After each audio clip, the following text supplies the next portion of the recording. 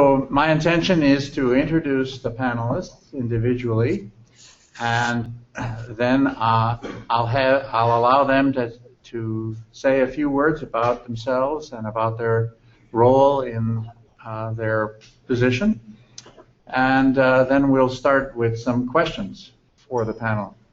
So first I'd like to introduce Stephanie Marshall, who is shown on the screen.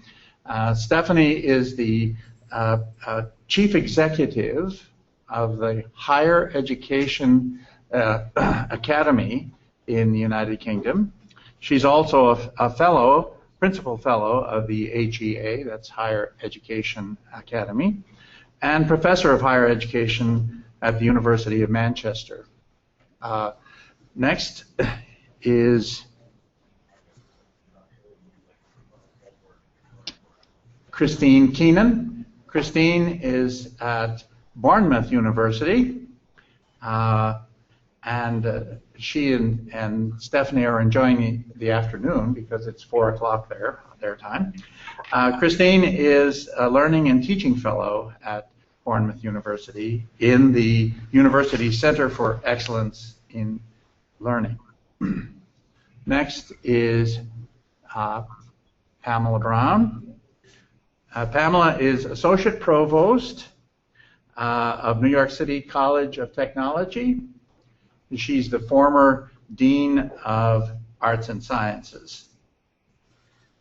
Next is Terry Platt. Terry is at the University of Rochester. He is the Director for the Center of Workshop Education, and he's Professor Emeritus of Biology from the Biology, Biochemistry, and Biophysics Department. All right, now, if you panel are ready, I'd like you to introduce yourselves and say a few words. Okay, shall I introduce myself first? Yes, okay. yes. First of all, delighted to be with you, albeit virtually, and thank you very much for that introduction, Jim. As Jim said, I'm the Chief Executive of the Higher Education Academy in the United Kingdom. We're an organisation set up by the government to support institutions in terms of ensuring that all students have the best possible student learning experience. My interest in PLTL, however, dates back to over a decade ago when I first met Ellen West in Germany. So I'm trying to think of the exact, in Bonn, I think we were at a conference together and she was telling me about PLTL. I, at the time, was editing a book and decided it was certainly worth having a case study in terms of looking at student learning enhancement. 2.5 years ago, I joined the Higher Education Academy as Deputy Chief Executive, and who else popped up into my life at the time but Ellen, and Ellen invited me to join the board of PLTL, suggesting that I could help push things forward in the UK.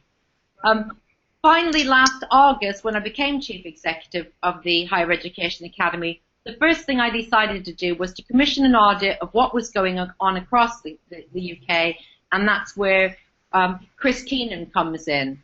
Because it's my contention, in the UK at the moment, we've got issues with recruitment, retention, student progress, student employability, but most particularly making sure we've got students confident when they go into the workplace and are applying for jobs, and Chris is helping us out greatly in getting our head around what's going on in the UK.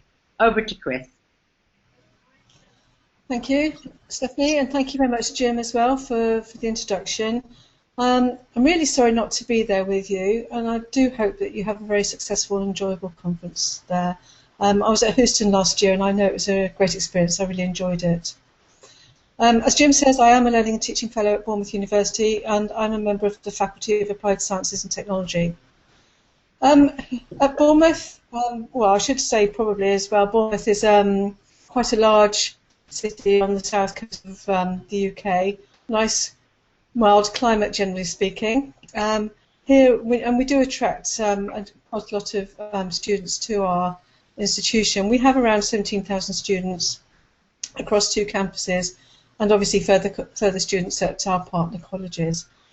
Most of my time these days is taken up with conducting funded education research projects, and my major research interest is looking at students in transition to higher education which is my favourite topic in the world, and I'm particularly interested in looking at how we can develop better understandings of student engagement in the early time that they're at university.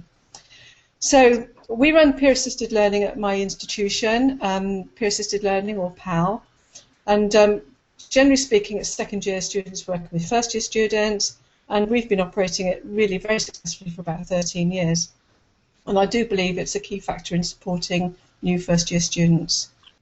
As Stephanie said, I'm currently working on a report for the Higher Educational Academy, looking at the reach and scope of peer learning activity in the United Kingdom. And within the report, I'm going to be including examples of current research and practice in the area of peer learning. Thank you. Thank you, Chris. Pam, would you like to say some things? Okay, sure. I just want to say thank you for the privilege of being a part of this panel and to join your conference virtually. My work with peer-led team learning began back in, I think, 1999 when I received a WPA grant through Patiba Varma Nelson, and I took the training in Philadelphia and became a convert. And at my institution, when it was first implemented, we actually, back in 1999, was using a very similar setup for our peer leader training, where we had several CUNY campuses involved, and we would each take turns offering another workshop leader training module. And through that experience, I saw that it was an opportunity not only to support students through peer mentoring, but also it was a tremendous leadership development opportunity for the peer leaders. Janet Lumark at my institution, as well as A.E. Dreyfus, have really taken over the leadership, and they have developed the peer leader training actually into research projects, and every semester the students do educational research and present at the poster presentation our campus has. And I'm very proud to report that at least for the last 2 semesters in a row, some of the workshop leaders posters have won awards and recognition. Thank you very much. Terry?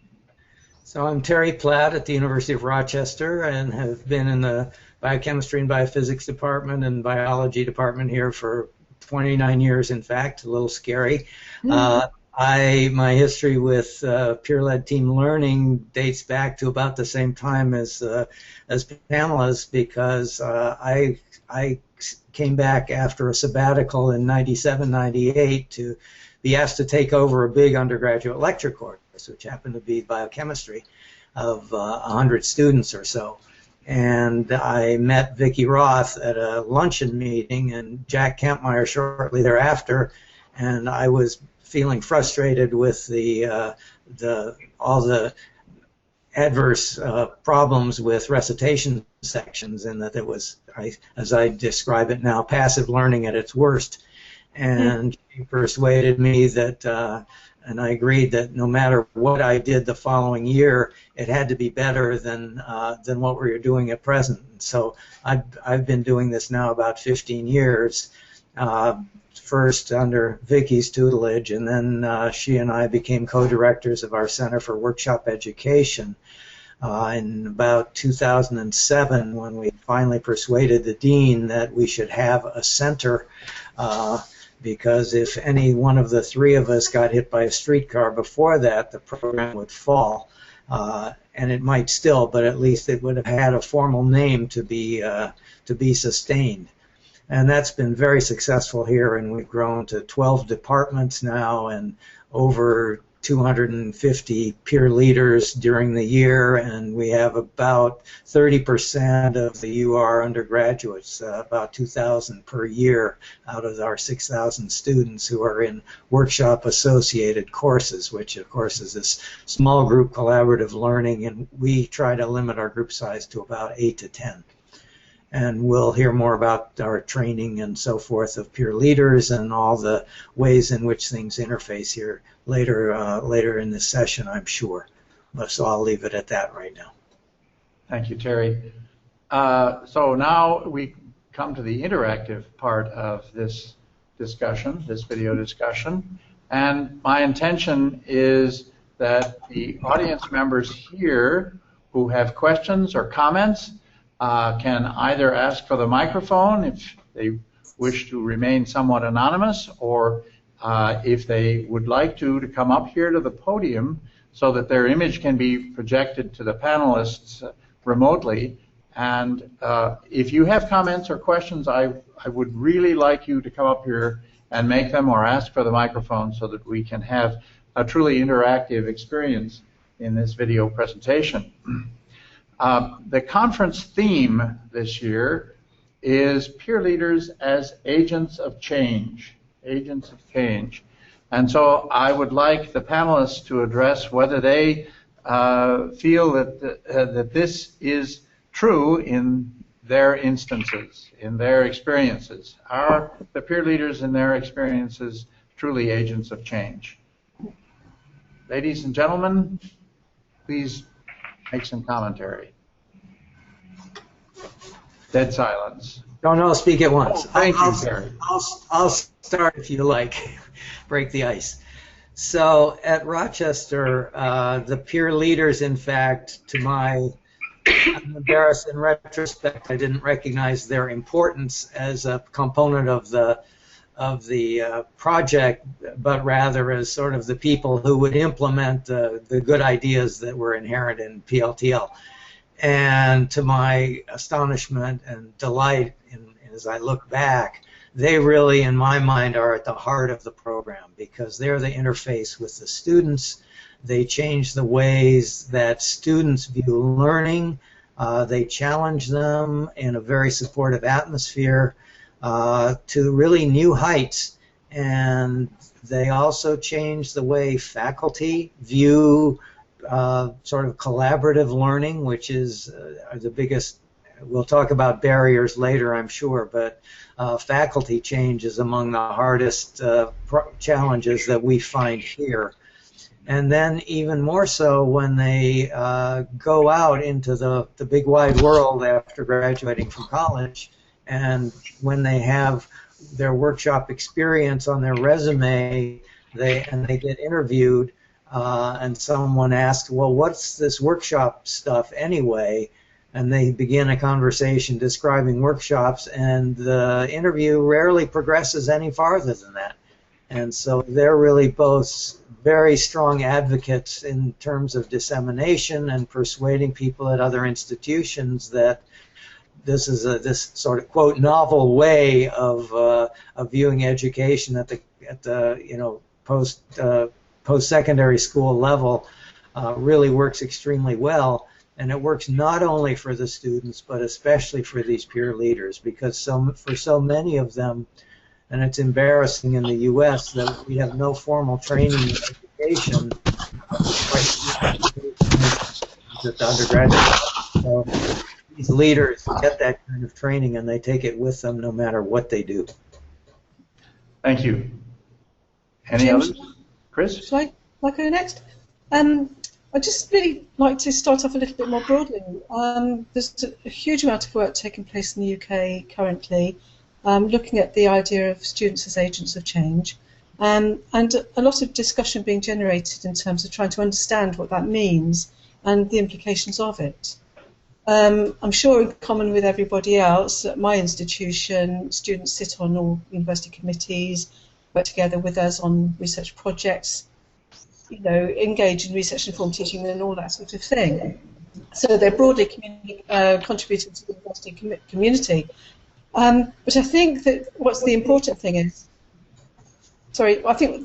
thing is that the idea of moving away from the idea of students as customers and consumers of knowledge, which is a very passive approach, to the idea of students as partners who are engaged in organisational change. And I think this is where the idea of agents of change is really taking place.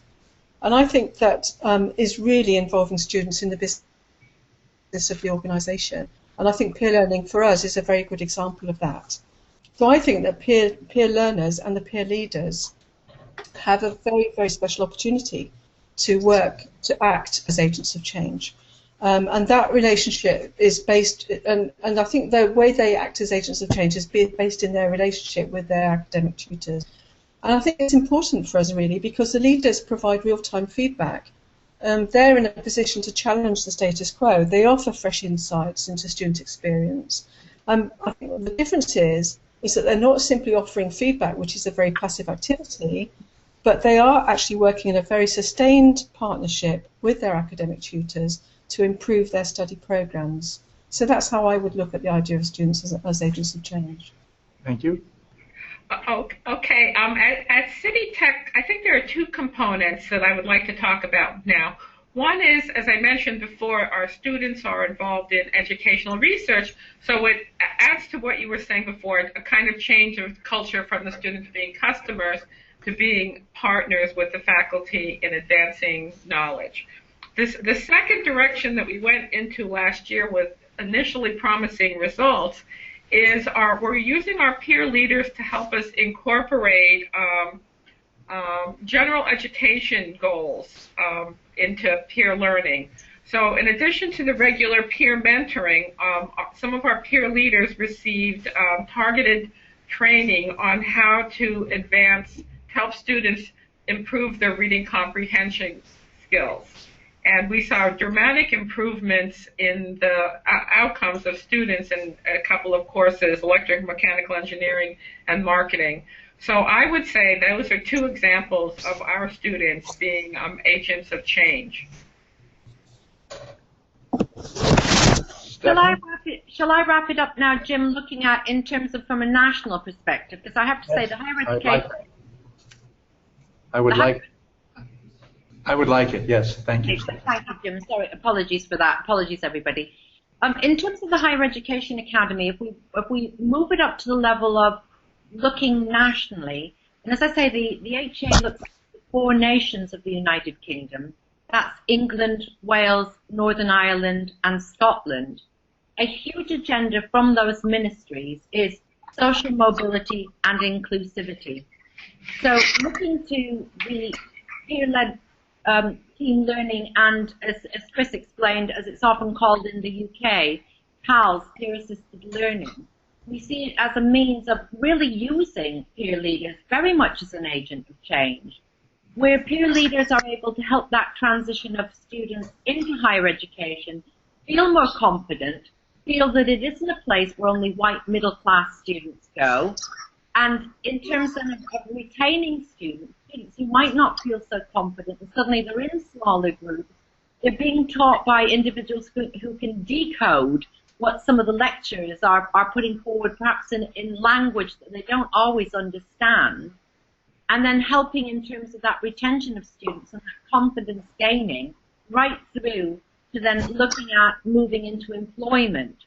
So I think peer leaders are viewed very much at the Higher Education Academy as key agents of change, because I think without the peer leadership, the peer leaders' role modeling for other students, encouraging other students, particularly where peer leaders have been the first in their family to enter into higher education, it makes a big difference because they can speak the same language as so many of those that we want to come through and come in through access routes into higher education. And perhaps not having Japanese grandmothers in the background trying to shoo them into higher education. Well, so Christopher, are you there? Yes. Oh, good. Hi, Christopher. Good to see you. Is this the first conference that you've been to of peer leaders then? No, I was in Houston last year.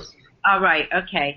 So you've probably got a sense then that the PLTL, since it became the IS, the International Society, thinking much more about how we can conflate impact data, I think is what we're about now in terms of proving that peer leadership does make a big difference. Peer-assisted learning technique, better promotes student engagement, but also that whole issue, I think, of social mobility, which many of your studies in the States demonstrate is a key benefit, but but also in terms of retention in the UK. And as I say, Chris Keenan is currently undertaking this survey of all the institutions, many of them unbeknown to us before, because it seemed to be a scattergun approach as to who was engaging with it. But I think the society is getting the evidence out there to demonstrate that it really does make a difference. But I think one of the things that we've also got to do that we haven't tracked is peer leaders into employment. So and we've got anecdotal evidence, but we don't yet have sufficient tracking data to demonstrate how does it help people in terms of moving into professional careers. So there's a major, what I guess I'm saying is, there's a major piece of work to be done. We know that, but we are putting together our heads, and through the audit that will come out of the UK, combining with some of the evaluation studies that have come out of the US, putting those together and working more closely in trying to take that to the next level. Okay. Does that answer your question? Yeah. Thank you for coming forward. This Chris, I'm sorry, not that Chris. Chris, did you have a comment? No, pretty much agree with that. I think there's a huge amount of work still to be done, and I'm certainly in discussion with some of Stephanie's colleagues at the Higher Education Academy, looking at how we can commence an impact study. And we're looking at international partners, obviously the PLTLIS in the States, and other international partners, so we can do quite a large-scale study on that. Any other comments?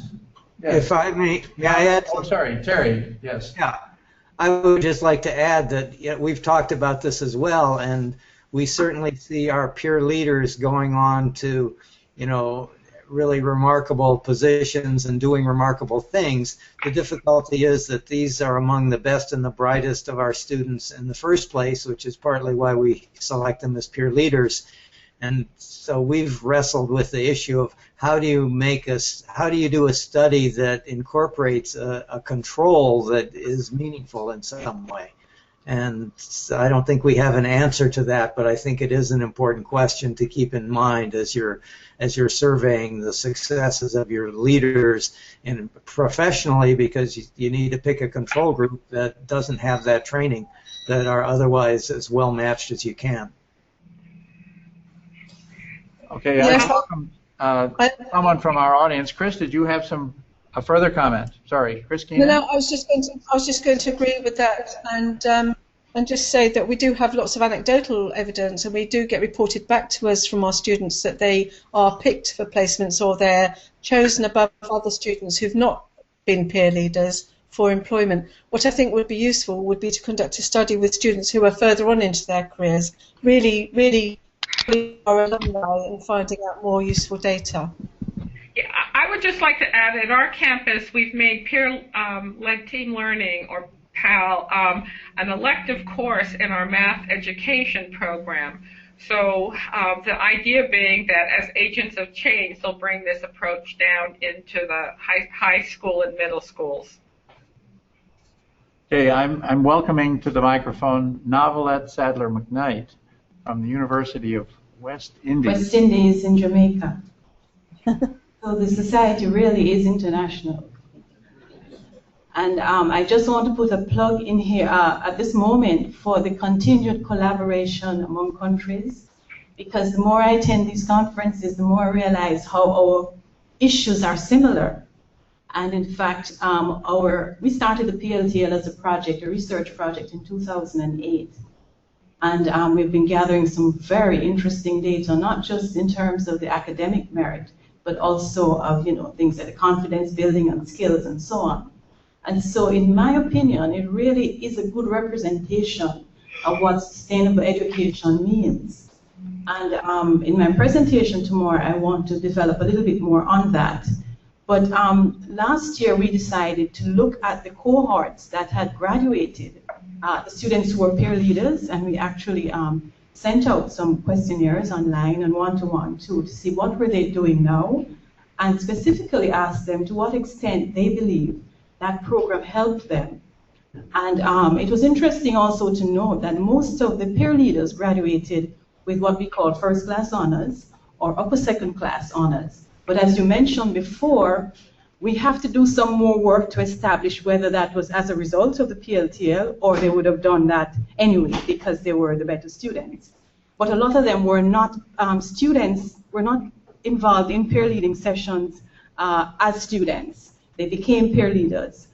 And the results so far have been very encouraging because a lot of them do say that it is helping them in their current careers to be better leaders and the team work as part of a team and also solving problems. And so we are encouraged by these results and we continue to do more research on that aspect of the program to demonstrate its sustainability in terms of preparing future leaders and scholars. That's my contribution. Very nice. Thank you, Novelette. All right, so now I'd like to ask a question of the panel for consideration. Can I just make a comment, Jim, to that? Yes, Chris. Everything, I'm sorry I didn't get your name, but everything she said was music to my ears, really. I've always been very interested in the impact on leaders in terms of their future employability, and that's going to be one of the things we're looking at in the report for the HEA as well. We're looking at some current research into that. I think what she said was wonderful, and yes, I think international collaborations are hugely important. I know that peer learning is very strong in Australia, New Zealand, South Africa, right across Europe. So I think all the international work that we can do is going to be of great benefit. So that was Novelette Sadler McKnight. Did that? Thank you for that. That was great. Novelette. All right. And could I just say, I think Novelette's point about the sustainable education and sustainable futures is a really, really important one as well. May I offer a very brief anecdote, which is extremely recent. One of my former peer leaders who went off to Duke to do a PhD 5 years ago just returned in the last few months as a postdoc to Rochester, and I got an enthusiastic email from her last week, in fact, saying, you know, I'm back, would you have a chance to get together for coffee? And I'd love to help out with the workshop program if you can use any of my skills. So here she is, come back, and as a professional, 5 years, 6 years after doing this herself, and she's still volunteering to plunge into the arena. Thank you. That certainly is going to be the case as more and more of the peer leaders culminate their undergraduate careers and go on and become professionals themselves. So, Stephanie, were you going to say something? No. No. All right. Thank you. Now, I'd like to address the following question that Terry Platt submitted when I requested questions from the panel. How are instructors persuaded and then integrated into a PLTL course? How are instructors persuaded to engage in this kind of activity? So, panel, would you like to chew on that one for a minute? Jim, could I ask you for a definition of what you mean by instructors? The instructors who are going to incorporate PAL leaders into their courses to assist the students to learn. Okay, so you mean the academic tutors? Yes, the academic instructors in charge of courses, the ones hired by the university for that purpose. Yep. Any comments, Chris? No? Well, yeah. Put you on the spot? I can kick off if you like. I think it's a very important point, and again, one of the sections we're going to be putting into the report is looking at facilitators and barriers to successful implementation. And I think it's getting what we would call the academics rather than the instructors on board is really critical to the success of what you're going to be doing. And I think we've gained a really good understanding over the years of what works and what the barriers might be and ways of overcoming those. And we've developed a set of principles, really, which are very important to us. I think also we kind of have quality assurance in terms of how we approach the training of the supervisors or the instructors and we have quality assurance in terms of the way we approach the training of the peer leaders, and that helps to provide confidence within the groups and teams. Thank you. I challenge the audience here to make some comments or ask some questions, make some comments about integrating new instructors into the realm of peer-led team learning. Anyone? AE? Tom? New instructors. Overcoming resistance. Oh, good. I have a volunteer. And I was going to say, I'll say something as well, Jim, when you're ready. Well, at FIU... Wait a minute. Oh, I'm sorry. What do you want? Thomas Pitzer. Thomas Pitzer from Florida International University. Hi, Chris and Stephanie. How are you? Hi, Tom. At FIU, since our PLTL organization performs the majority of the work that the professor would normally have to do at many other institutions, it's very easy for the professor to buy in because they don't have to do everything from scratch. We'll assist with the majority of that. And so that's an incentive right there. The second incentive is that if a certain course is going to use PLTL in that course, then all of the professors who teach that course have to agree, be on the same page with us. So in that way, we make it easy, we facilitate it easily for them to come in, and then once they're there, they integrate with us because they have to in order to get our assistance. So that's the question. Thank you. Yep. Panel, any commentary? I submitted the question, so I guess I'd rather defer to the end and let Stephanie go at this point. I guess mine is more anecdotal evidence that's from discussions with senior teams within higher education institutions, because I do a lot of traveling around and going in and talking with senior staff as to what they might do to enhance their student engagement. And I'm thinking about one university yesterday where I was out to dinner with the senior team, and they were saying that they had particular issues with one particular course, and they weren't, and having over 100 people in the lectures, what might they do to make sure that they gave their students more time and attention in terms of understanding the tricky concepts. Now, one of the things that has been tried in some universities is lecture capture.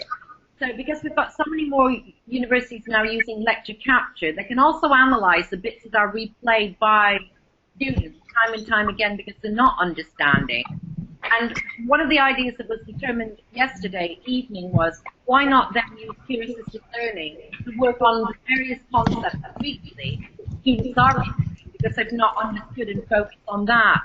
Now, the way instructors are brought into this, by and large, is because the Vice-Chancellor says we have a real issue here in terms of students not understanding. We need to do something for them. And here we've got a means of working with our third years to help deliver and decode tricky concepts to others. So that ultimately can become part of institutional teaching and learning teaching, learning, and student engagement strategies, because all universities in the UK are required to have an institutional teaching, learning, and student engagement strategy. So you could say it's a big carrot as opposed to a stick. There is some reticence, but I think at the end of the day they see it as very, very supportive. But Chris will be giving more details in terms of barriers and incentives when we've got the audit completed.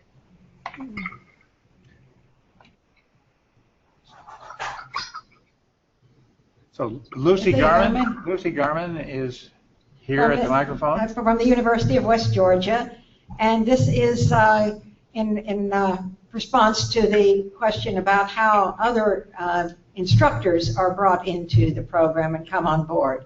In our case, when we first submitted our proposal for the initial funding for this program, all of the leaders of all of the instructors of the courses that would be involved were informed about this and agreed that this would be something that they would do in their courses if the proposal was funded, and it was funded. And since then, we have had those instructors, as they have remained on the campus, to continue to be involved and supportive. New leaders or new instructors, when they are come on campus for their candidacy interview, are informed about what the program is, and if they will have any opportunity to question or express reservations. But so far, all of them have seemed to think that this is a very good thing, and it has been some factors in the good new students, new faculty that we have brought on board. And then the other one is the instructors who were not in of courses that we had in workshops, and occasionally they have been asked to pick up one of these courses, and they have so far found that it has been, as Tom said, lessening their load on these courses that they don't normally teach but occasionally do, that we have workshops for, and they have been very cooperative in going along with having the workshops as part of those courses. Thank you, Lucy.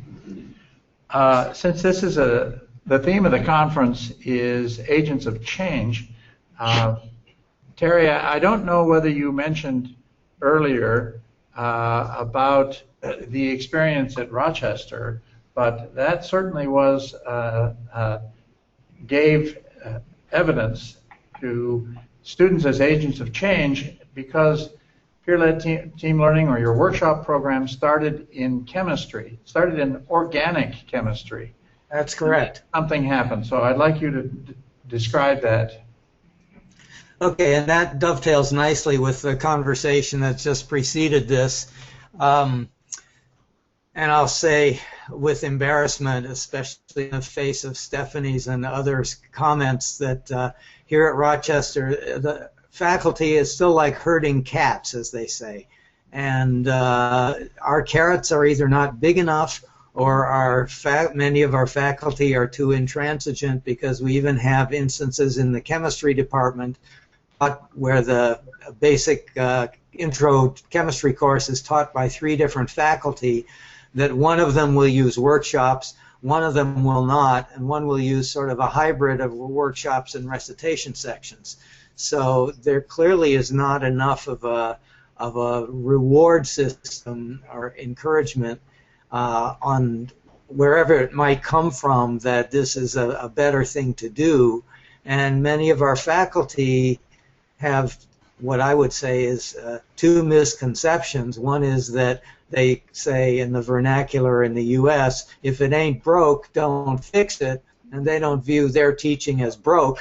And the second thing is that they feel that their workload, that it's very difficult to start a workshop-like course. And what they fail to realize that we've certainly seen is that the faculty who have begun them usually find that their office hours are enormously diminished, because the students go to their workshop leaders or their peer leaders when they have problems rather than to the faculty themselves. So there are a lot of misconceptions on the part of faculty who don't do this. In answer to Jim's question, which I sort of have tangentially gotten away from, is that at Rochester, this was not an intervention that was delivered from on high. And generally that doesn't work, especially with faculty who you're trying to herd.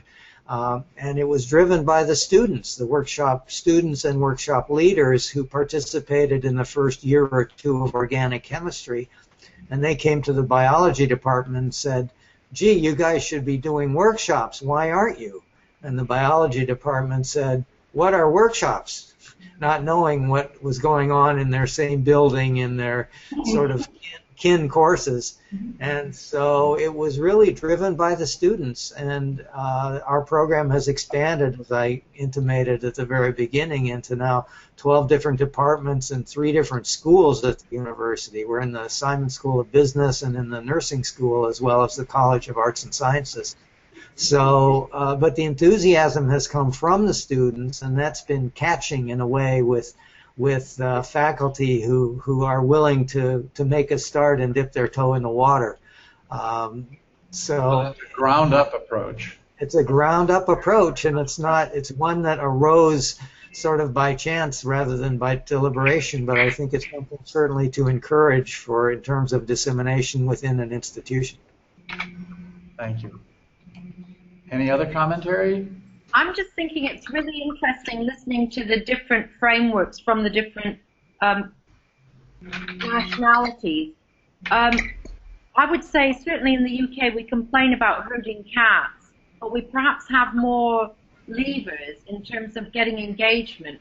For a start, we've got quality assurance frameworks, so all universities have to submit to the quality assurance agency kind of their framework for abiding by a certain code of practice with respect to curriculum development, student engagement, and student engagement has to be part of that. So as Chris said, student engagement can be a number of different things. But meanwhile, how did these frameworks come about? What was that legislated by by Parliament, or how did that happen? Yes, it dates back to the 1990s when we first had a framework introduced, and I guess alongside that, that's when the notion of quality enhancement came about as well. So what can we do to move beyond basic threshold standards in terms of what we're delivering in learning and teaching? But institutions are accountable. They don't want to have a grading of failure once their provision is looked at by the quality assurance agency. Meanwhile, we also have the National Union of Students, and amongst their priorities for next year, they want to see more peer-assisted learning, because their sense is all the feedback they get from students, it makes a big difference to their learning and also their achievement rate. So I think that student-led push is really helping. And then within each of the institutions, there's also a students' union that can take part of its lead from the National Union of Students. So where students at the local level are saying, yes, how come such a discipline or such a subject area is allowed to have peer-assisted learning? Why can't we? It is that student pressure then within institutions driving it. So I guess we've got both the top-down and the bottom-up.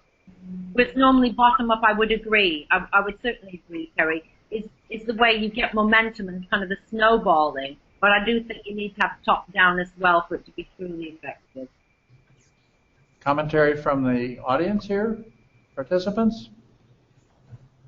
Are you engaged? I have one volunteer. Here's another volunteer. Come, whoever gets here first gets it.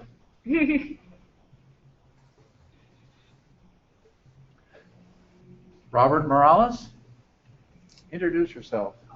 Sorry. Hi, I'm Robert Morales of UTEP. I don't know if the point was still about how to get new faculty members involved. I suppose I'll start this with maybe 3 caveats. I don't know if these terms apply over the across the pond, and I also want to mention that it isn't effectively my idea, but I was wondering if there was kind of a situation in which you could generate a 501c3, which would generate non-tax revenue, or a 501(3)(a), like a supporting organization that could create a product to be provided to students, generate its own funds, and then at that point generate some kind of endowed share or something of that sort to provide funds to professors at other universities to get them involved in the peer-led team learning program.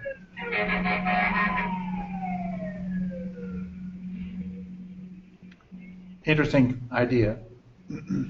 Any comments? Question? Please come forward. And thank you. Introduce yourself. All right. Hello, my name is Aisha Rasul. I am a peer leader of biology at New York City College of Technology. My question is that how important is student participation and student satisfaction to the instructors, and is there any data of if the student satisfaction has increased if they attended the workshops regularly throughout the semester? Yeah, I can certainly answer that from Jim, I can answer that from a point of view of my own institution. Okay. We have quite a lot of data. We started in 2001 with a very small pilot, and now we've got peer learning embedded right across the whole institution. There's no question of people opting in or out. We just do it. And we've got tons and tons of data of improved grades, better retention. We believe in it so much because of all the favourable feedback and evaluation that we've done that it's absolutely, completely, fully funded. Yeah. Thank you, Chris. Other comments? I'd like to mention, if I may, early on at Rochester, before, in fact, I joined the group, Jack Kampmeyer and Vicki Roth sort of pioneered this in the organic chemistry course. And the department did not have sufficient resources in their first year to cover all the students in the course. It's a course of 200 or 300 students. So they divided them in half. And what they found after the end of the first year was that in organic chemistry, the passing is generally considered B- and above, because so many of the students are medical school bound. And historically in chemistry, that level was about 66%. So only 2/3 of the students in the organic course would get B- and above. That year, the control group that was in recitation sections fell exactly as they had before, with 66%. And in the experimental group with the collaborative team learning approach, it jumped to 76%. And the following year, the chemistry department decided in good conscience, even though funds were very tight, they could not continue the control group. And so they started doing it with the entire class. And that fraction in that particular course of about 76% passing, B- and above, has held through changes in course directors, through changes in deans, through changes in the president of the university. And so we regard that as a pretty good mark of sustainability. And as I mentioned earlier, the chemistry students then came to biology and said, we want workshops in biology, and of course it spread much beyond that as well. Thank you.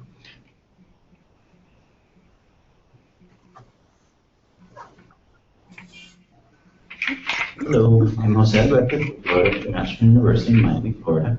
Hi, Stephanie and Chris. Hi, Jose. So, my question is, what convinced you that PLTL or PAL was a worthwhile endeavor for you to invest your time, effort, and for many of you, university dollars?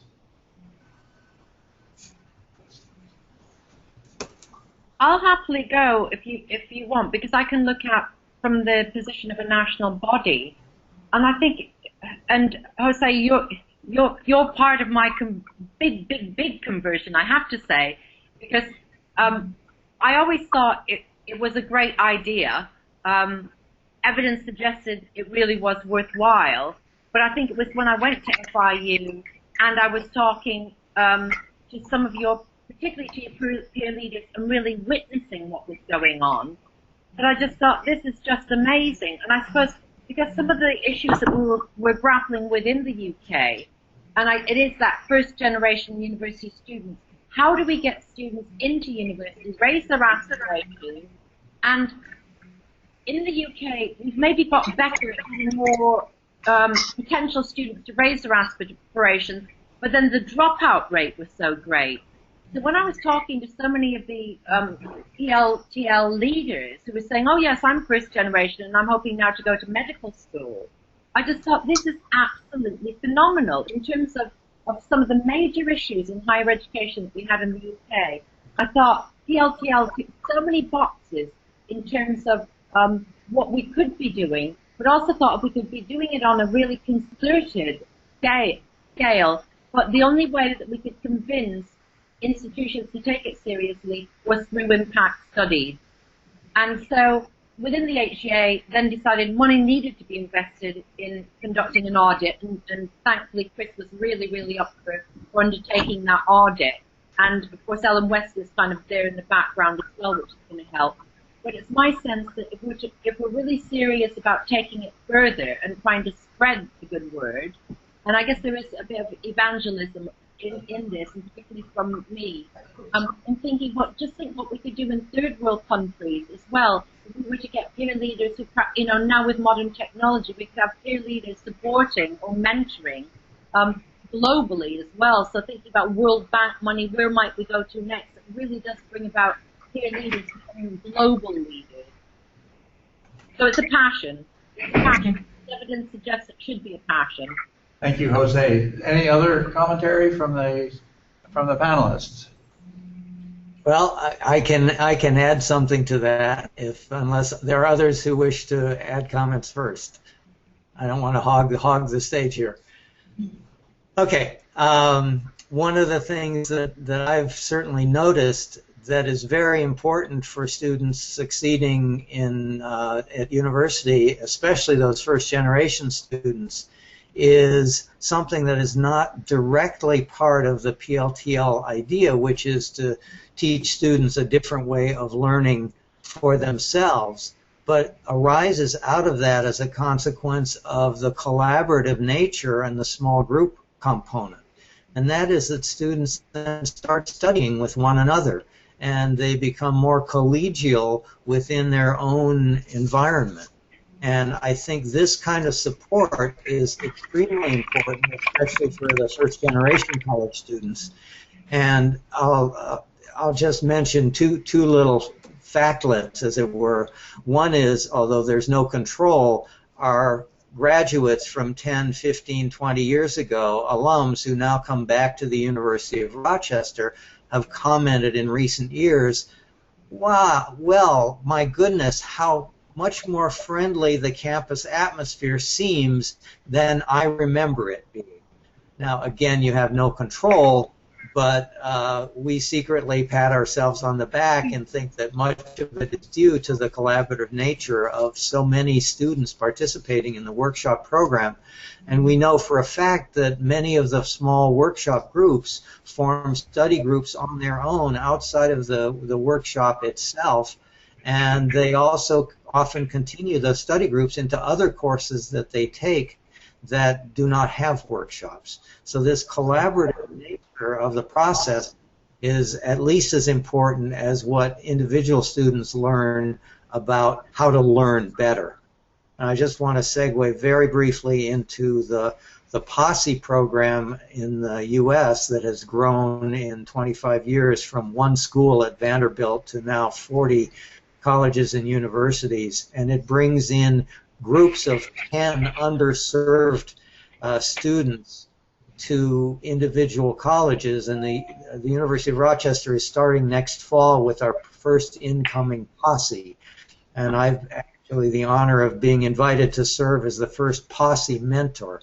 But I won't say more here, but urge you to just Google a Posse program and you'll find a description of it's very impressive. They have a 90% retention rate among their students, and normally this cohort, I would guess, would have about a 30 or 40% retention rate through college, university level. Anyone else? Chris? No? Oh, that sounds very impressive, and I'm certainly going to Google it and have a look.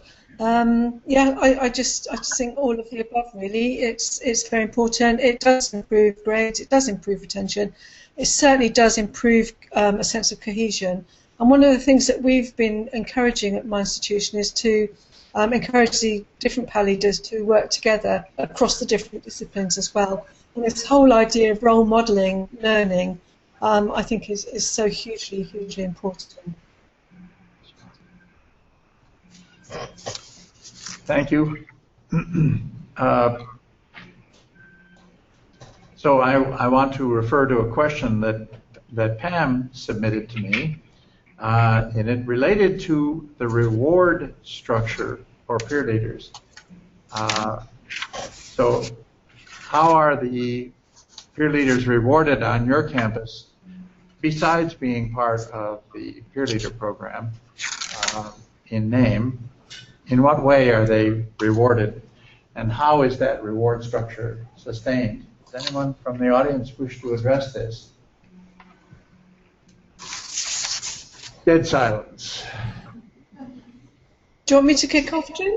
Yes, Chris. At my institution, we do pay our peer leaders. Not all places do in the UK. We're quite unusual. But we actually pay our student leaders, and they go onto the university payroll. But I think for the leaders, the money is actually not the most important thing for them. They also, we also have an employability award, a student leadership award, and students earn massive credit for having been peer leaders as well. So they do build credit towards their employability award with the university. I think that's the value that they put on it more than anything else, really, the skills that they are acquiring. So, Pam, do you have any comments about reward structure? Yeah, we actually have multiple, depending on what the feeder is for our peer leaders, we have different reward structures. Some of our peer leaders get stipends. Some of them get credit towards degree completion. Those are the students in the math education department. And then, of course, the recognition that you mentioned, Jim, and the opportunity to participate in the poster session and take advantage of our leadership training opportunities. But before I let Madeline have... Thank you, Pam. Before I let Madeline come to the microphone, I challenge those of you in the room. Most of you are peer leaders. What reward structure would you like to see implemented that you are not having access to at the moment? Come on up here, Hubby. So, Madeline? Hello. Yes, I'm Madeline Chesky from San Jose City College. That's California. And in terms of talking about reward systems and engaging more faculty into the program, in addition to paying our peer leaders for their weekly workshops, which are a minimum of 3 hours, so 90-minute workshops each, we also pay our leaders to come to the trainings on Friday, and those are co-facilitated by our peer leaders. And then we also have what is called Directed Study 90E, and that's a contract between the peer leaders and each lead faculty PLTL practitioner. We call them LFPPs. And each lead faculty PLTL practitioner is identified as a liaison between the peer leader and their constituents. So you have the LFPP, and they try to align what is going on in the lecture to what is going on in the workshops on a weekly basis. Thank you, Madeline. All right, one of our leaders from UTEP.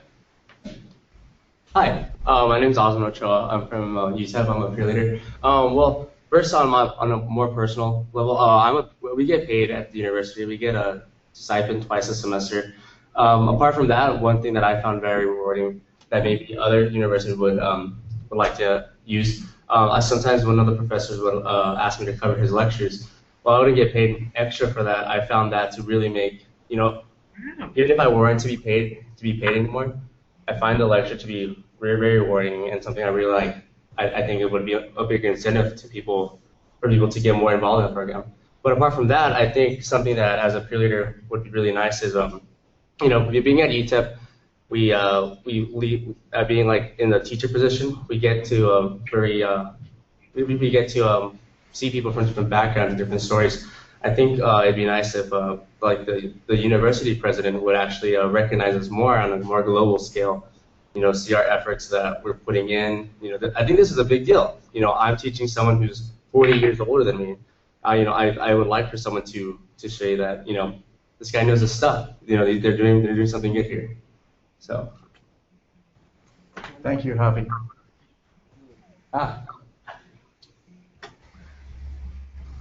It's me again. I think one. Who's me? Chris Greer from West Georgia. I think one thing that would be really beneficial and a lot of people would enjoy would be some sort of exchange program between universities, where maybe some superior leaders, that perform really well at their job could exchange with another university, and that way they get the hands-on experience and see what it's like at another university, and they can relay that back, weekly or whatever, and work on change like that. What a great idea. That's fantastic. It really is a great idea. Can I comment on that? Jim, can I comment on that? Oh, I suppose so, yes, by all means. One thing that we have in the UK is an annual conference for peer leaders, which might fill some of that desire to exchange experiences. It's really excellent, always attracts a huge number of peer leaders, and they do get an opportunity then to talk to each other, exchange ideas, and obviously keep in contact with each other. It starts the beginning of their own different networks. Why don't you tell us a few details about when that's held and so on, Chris? Yeah, it moves around. It's usually in the summer term, and it's organised by the National Centre at the University of Manchester. They coordinate it, and always attracts a great number of peer leaders. And I think it's a really good opportunity for them to develop their networks. I don't know if you have anything similar to that in the States. I don't think we have anything on the national level in the States. I will comment just to add a slightly different slant on the reward system. At the University of Rochester, we pay our leaders for running their workshops, and we give them course credit for either 1 or 2 credits for their leader training course that runs concurrently with the course in which they are leading workshops. And that also has been extremely successful. It appears as a course on their transcript for which they are graded. And those leaders who have engaged in 3 leadership experiences, which includes workshops, though you can't do the same course 3 times in a row, it has to be in different courses and at different levels, they get a citation for excellence in college leadership. And so, again, they have an academic recognition, course credit, and they get paid. And the payment is determined a little bit by each department's budget, but the other things are standard. And, of course, we're easy to implement once we talk to the dean because they cost the university nothing to do that. So that's been extremely successful, and I'll say that one of we have far more applicants to be peer leaders for many of our courses than we have slots. And my record some years back was for a course in which I had needed 8 peer leaders. I had 31 applicants, and it was excruciating to try to choose among those 30 applicants. Thank you. Hello everyone to the panel. I'm Natalie Rodriguez from Florida International University in Miami, Florida. As many of you may know, we do not pay our leaders. We have a rather large program, but somehow we've still managed to maintain a lot of enthusiasm from our leaders to continue participating. Instead of pay, we've offered academic incentives such as community service hours, upper division research credits, and letters of recommendation by our faculty physician, Thomas Pitzer, which is all required for graduate schools and medical schools and dental schools of that nature. In addition to just responding to the question, I had 2 other points to make. I know earlier you guys were mentioning how interesting it would be to follow leaders throughout and see how that would result in employability. I just wanted to add some testimonials from our own institution. We've had about a handful of leaders who have come back to us and thanked us, past leaders, where they're out in the field applying for a job and they're competing against their own peers who are just as qualified as they are, and their employers always inform them that they specifically got the job because they had PLTL also added on their resume, where none of their other equally qualified peers had. So I just wanted to mention that.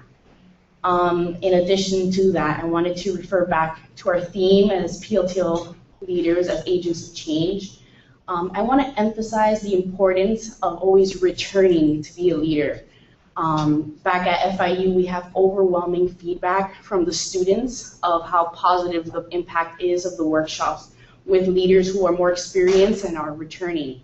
So I know I've spoken to a few of you who are first-time leaders. I really want to emphasize that to continue that theme of agents as change, I think it's empowered and significantly more stronger if you guys continue to return to the program throughout your academic career. That was all. Thank you. Thank you, Natalie. Thank you, Stephanie. Bravo. Jeff.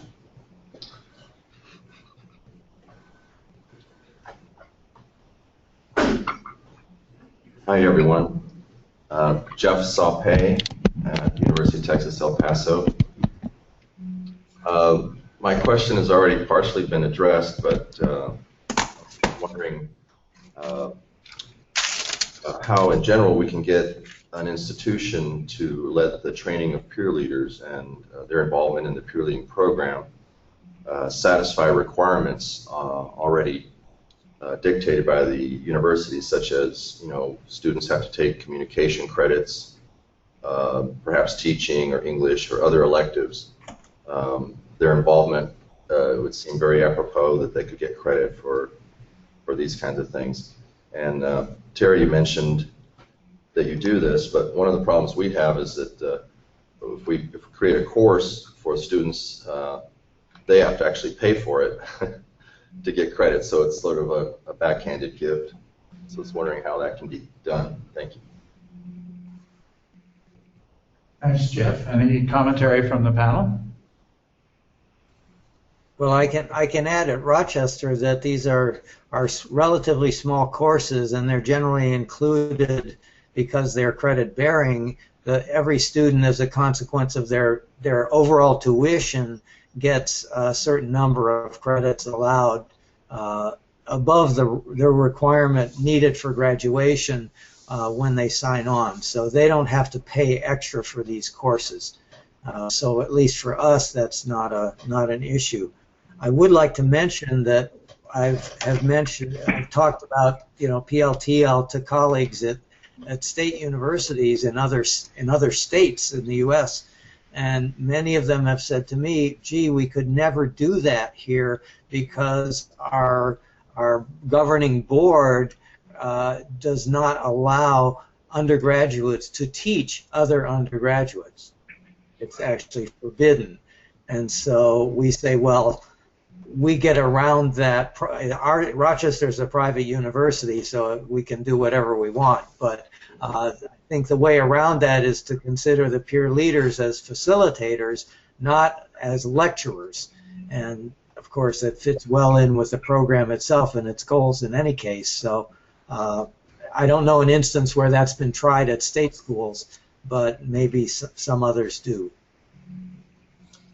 Yeah, I think that's a very important point, and one of the most important guiding principles of peer learning in the UK is that it has to be supplemental to staff interactions. It's got to be supplementary academic support. It cannot replace teaching, and that's one of the most important points in terms of us being able to implement this and embed it. Thank you, Chris. As we come to a conclusion here, I wonder if any of the panelists would like to make any concluding commentary.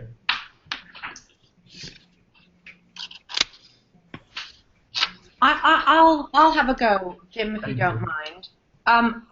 I guess first of all, it's a shame we can't see the audience and mingle with the audience, because it would be lovely to be with you.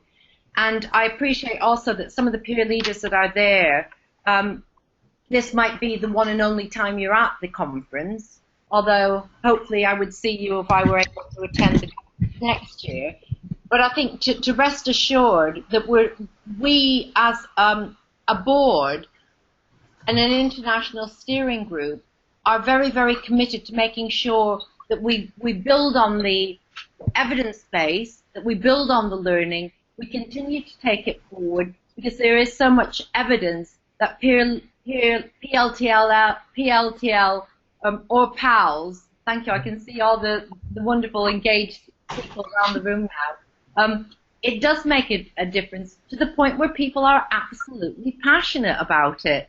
And so because we can see the passion, particularly from people who've been involved in the process, let's see if we can take it further. In terms of the notion of global exchanges, now with modern technology, there's no reason why there shouldn't be even virtual exchanges of sorts, and perhaps that's something the board could look at its meeting to consider how we do pair people up so they can learn from their other peers in other states and other nations, to be able to really enhance their leadership skills and really enhance their capacity to be able to become true agents of change on a global landscape rather than just within their own university. Thank you. Thank you, Stephanie. May I add a comment from Rochester? Absolutely. Okay. I think we've alluded to it a little bit, and I mentioned it briefly, but I think we've talked a lot about why things have been so successful at Rochester compared to many other places in the States. And one of the differences seems to be in the training program that we engage our leaders in.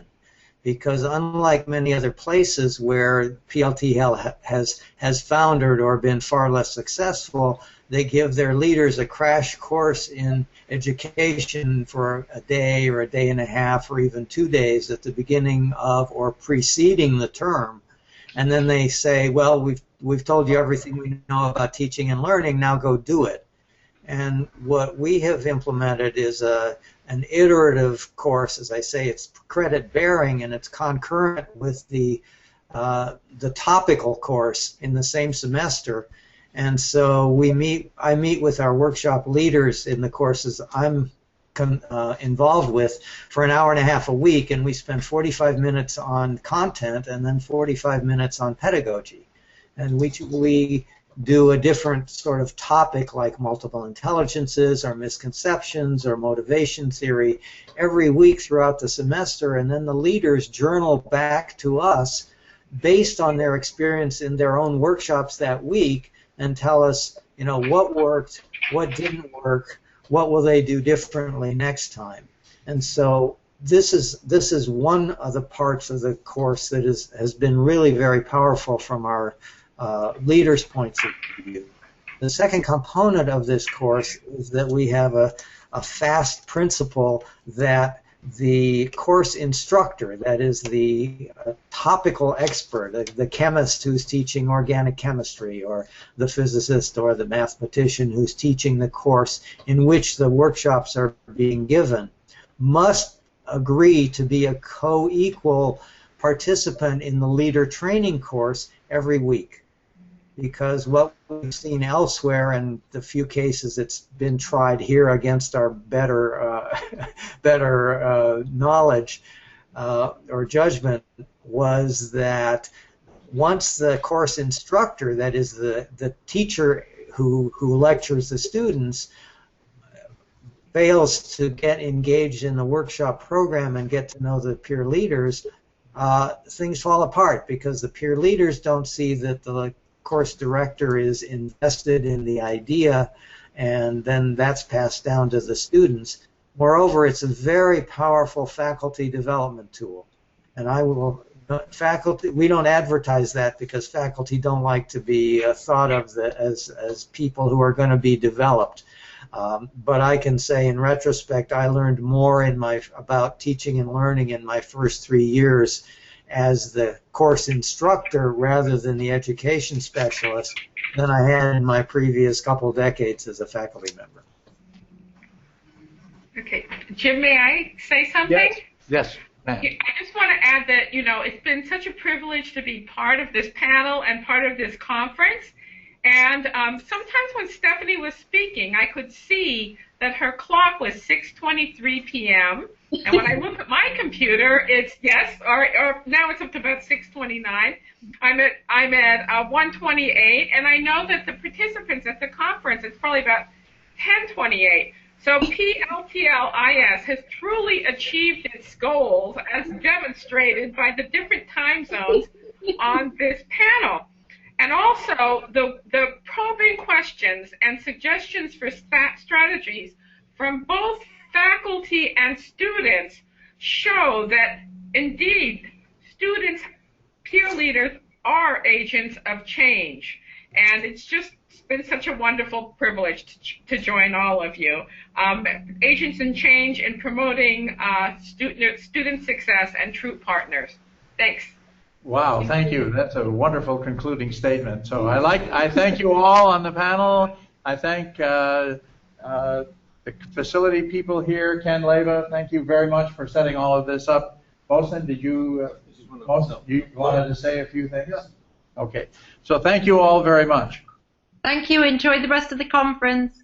Yeah. Thank you very much. Thank you. Bye-bye, everybody. Thanks again. Bye, everybody. All right, thank you so much.